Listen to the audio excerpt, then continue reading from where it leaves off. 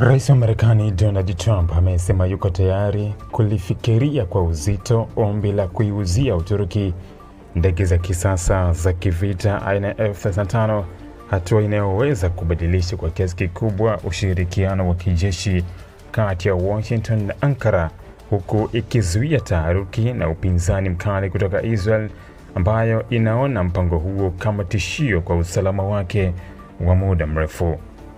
Trump alitoa kauli hiyo hii leo Jumanne alipokutana na rais wa Uturuki Recep Tayyip Erdogan katika ikulu ya rais mjini Ankara kabla ya shughuli za mkutano wa viongozi wa NATO.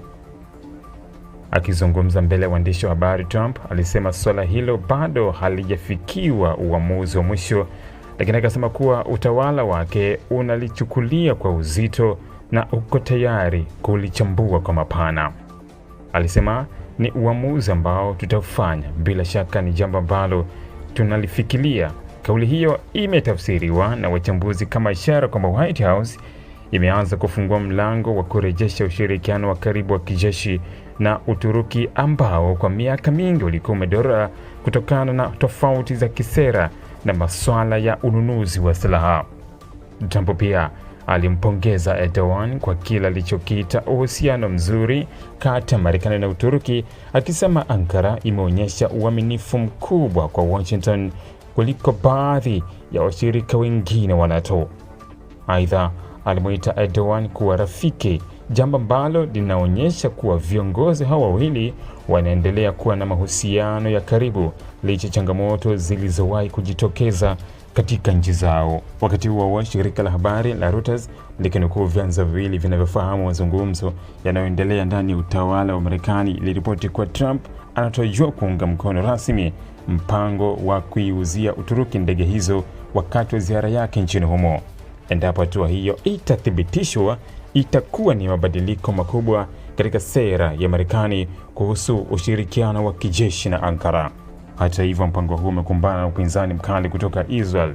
Waziri Mkuu wa Israel Benjamin Netanyahu jana Jumatatu alisema kuwa serikali yake inapinga vikali mauzo hayo kwa sababu yanaweza kudhoofisha mizani ya nguvu za kijeshi katika Mashariki ya Kati.